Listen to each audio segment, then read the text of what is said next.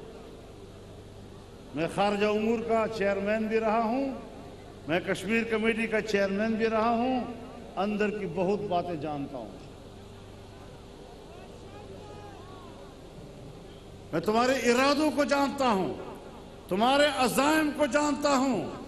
میں پوری دنیا کا قانون، کوئی پوری دنیا کا قانون بتا دے کہ کسی حکمران کے پاس اگر عوام کا مینڈیٹ ہو تو پھر اپنے ملک کی سرحد کو تبدیل کرنے کا بھی مینڈیٹ ہوتا ہے. کیا یہ اختیار بھی ہوتا ہے کہ وہ اپنی سرحد کو آگے پیچھے کرے، کسی کے لیے ملک چھوڑ دے، کسی سرحد کو طے کر دے؟ یہ کس نے حق دیا ہے؟ اور دنیا میں کوئی طاقتور قوم ہو وہاں پر بھی وہ اپنی سرحدات تبدیل نہیں کر سکتا. امریکہ بڑا طاقتور ملک ہے، وہ کر کے دکھائے ذرا میکسیکو کے ساتھ اپنی سرحدات میں تبدیلی، وہ کر کے دکھائے کینیڈا کے ساتھ اپنی سرحدات میں تبدیلی. نہیں کر سکتا. ہندوستان بھی یہی کہہ رہا ہے کہ ہم اپنی مرضی سے عوام ہمیں ووٹ بھی دے دیں تب بھی ہم سرحد تبدیل نہیں کر سکتے. آپ یہاں پر کشمیریوں کی جغرافیے کو تبدیل کر رہے ہیں، آپ یہاں پر گلگت بلتستان کے جغرافیے کو تبدیل کر رہے ہیں، آپ یہاں پر فاٹا کے جغرافیے کو تبدیل کر رہے ہیں. اتنے بڑے حساس معاملات جب تک عوام کا اعتماد نہ ہو، جب تک عوام بھرپور طور پر اس حوالے سے مطالبہ نہ کرے.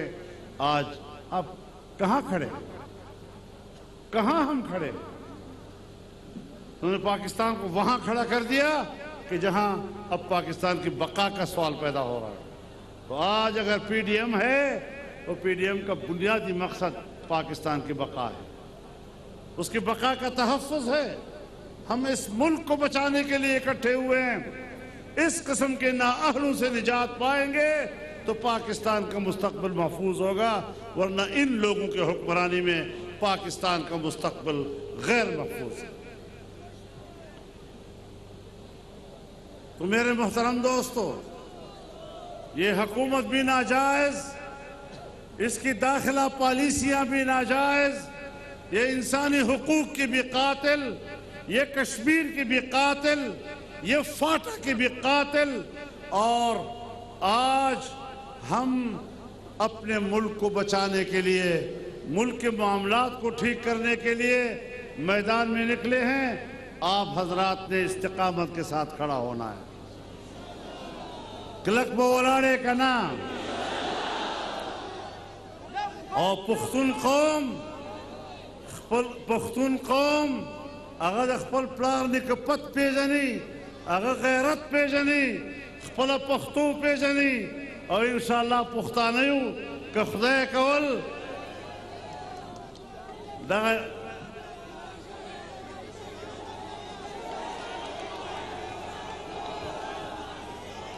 نعرہ تکبیر! قائد اشارہ کوا، قائد اشارہ کوا.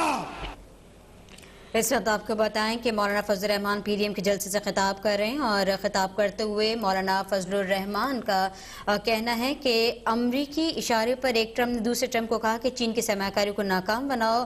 یہ بھی کہا کہ چین کے 70 ارب ڈالر کی سرمایہ کاری تباہ کر دی گئی ہے. ایران اب بھارت کے ساتھ رابطے میں چلا گیا ہے. انہوں نے کہا کہ افغانستان ہم سے تجارت کرنا چاہتا تھا، آج مایوس ہے، آپ سے رابطے کو تیار نہیں. اسلامی وفاقی اور جمہوری حیثیت میں محفوظ ہوئی اور اسلامی دفاعت و تحفظ اور پہاگے باندھے عمل درآمد بے یقینی ہوئی. دغ بنیاد باندھے زمون اتحاد اور فیصلہ ہو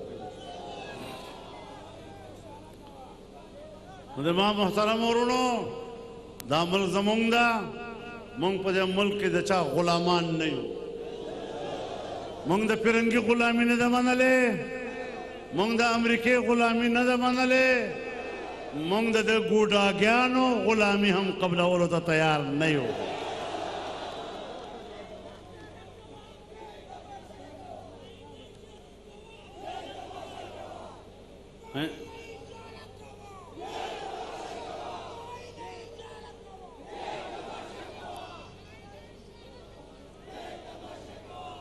ہم نے جس سفر کا آغاز کیا ہے اب وہ کافی طے ہو چکا ہے، تھوڑا فاصلہ باقی ہے۔ استقامت کے ساتھ انشاءاللہ ہم اپنے منزل کو پائیں گے، اس ملک کو پاکستان بنائیں گے، حقیقی پاکستان بنائیں گے، اسلامی اور جمہوری پاکستان بنائیں گے، وفاقی پاکستان بنائیں گے، پارلیمانی پاکستان بنائیں گے، اور 18ویں ترمیم کے ذریعے صوبوں کو جو حقوق دیے گئے ہیں کوئی مت سوچے کہ ہم صوبوں کو دیے ہوئے حقوق پر کوئی سودا کے لیے تیار ہو سکیں گے۔ ہم NFC ایوارڈ پر کوئی سمجھوتا کرنے کے لیے تیار نہیں ہے۔ ہم صوبوں کے حقوق پر کوئی سمجھوتا کرنے کے لیے تیار نہیں ہے۔ انشاءاللہ ہم نے ہمیشہ آپ کی جنگ لڑی ہے، سخت حالات میں لڑی ہے، آج پھر میدان میں ہیں، اور آج اس میدان میں آپ سب ہم ایک صف پہ کھڑے ہیں۔ اس صف کو مضبوط بنانا ہے، اس صف کو آگے لے جانا ہے۔ تمام سیاسی پارٹیاں، سیاسی پارٹیوں کے کارکن، ان کے قائدین ایک صف ہو کر انشاءاللہ اس منزل کو حاصل کریں گے۔ اللہ تعالی ہمارا حامی و ناصر ہو۔ وآخر دعوانا ان الحمدللہ رب العالمین۔ ساتھ لا رہا ہے